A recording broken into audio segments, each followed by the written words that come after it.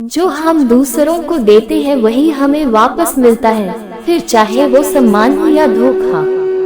कोई कुछ भी बोले स्वयं को शांत रखो, धूप कितनी ही तेज हो समुद्र सूखा नहीं करते। जो मानव अपनी निंदा सुन लेता है वह सारे जगत पर विजय प्राप्त कर लेता है।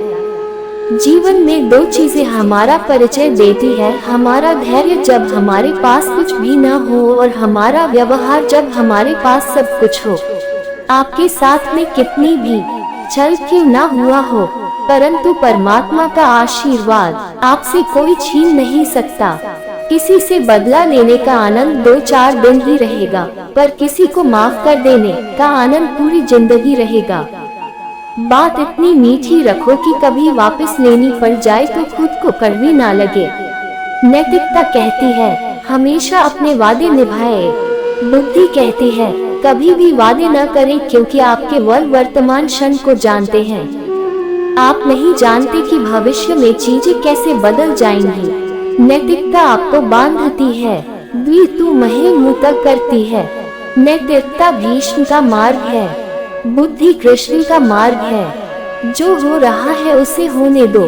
तुम्हारे ईश्वर ने तुम्हारी सोच से बेहतर तुम्हारे लिए सोच रखा है।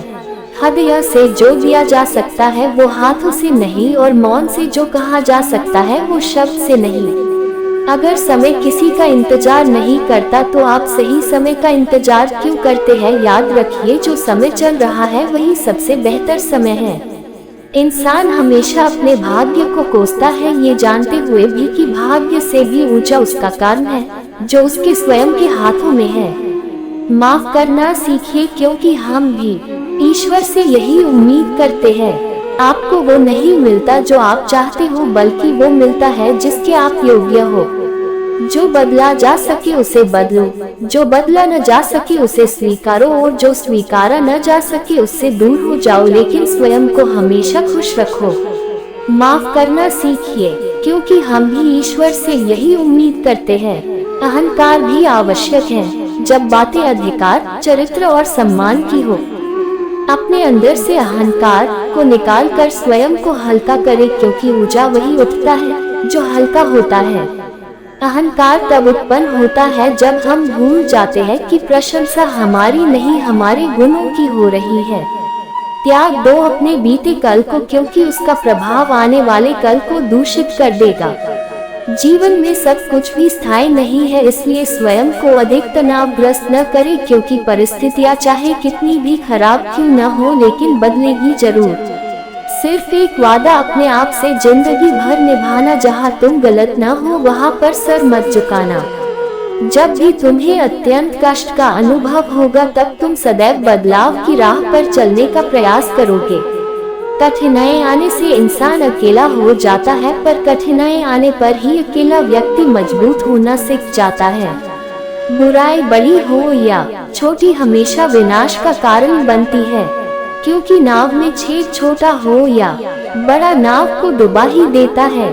जैसे जैसे आयु बढ़ती है तुम्हें ये एहसास होने लगता है कि तुमने व्यर्थ ही उन लोगों को महत्व दिया जिनका तुम्हारे जीवन में कोई महत्व ही नहीं था। सफलता के लिए सिर्फ कल्पना ही नहीं, सार्थक कर्म भी जरूरी है। जैसे सीढ़ियों को देखते रहना ही पर्याप्त नहीं है, उन सीढ़ियों पर चढ़ना भी जरूरी है।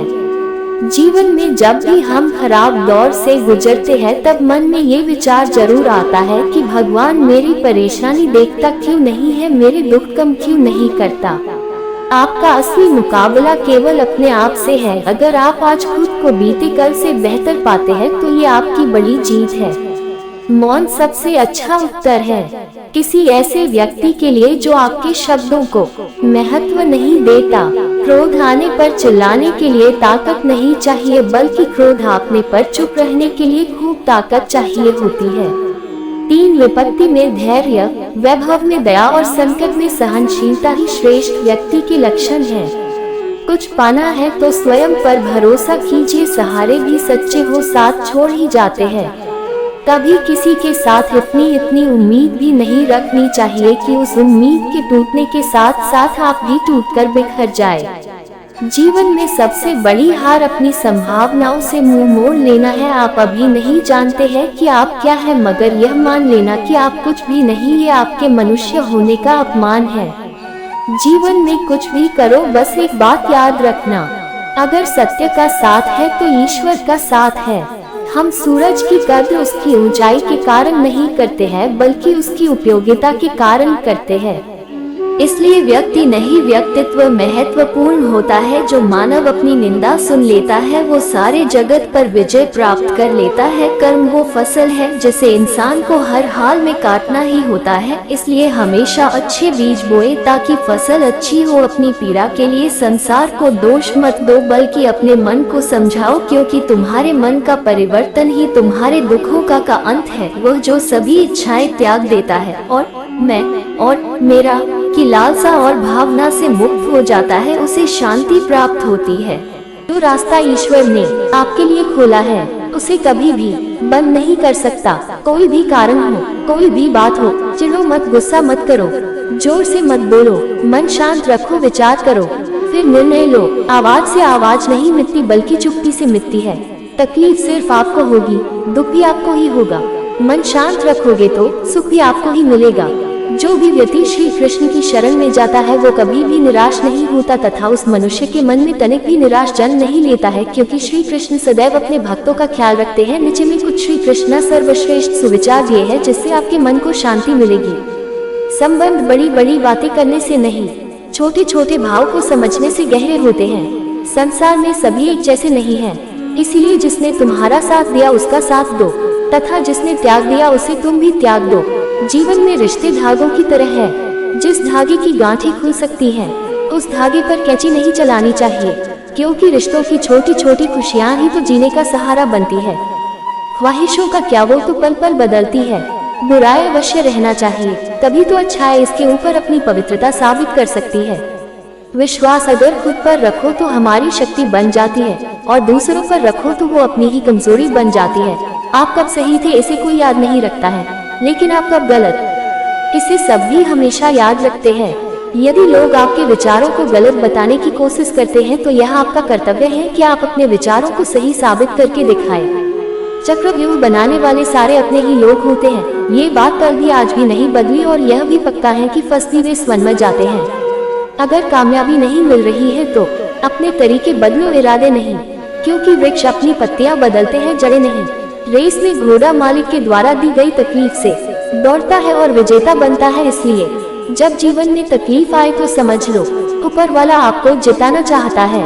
किसी का भला ना हो सके तो बुरा भी मत करना, क्योंकि दुनिया कमजोर है, लेकिन दुनिया बनाने वाला नहीं।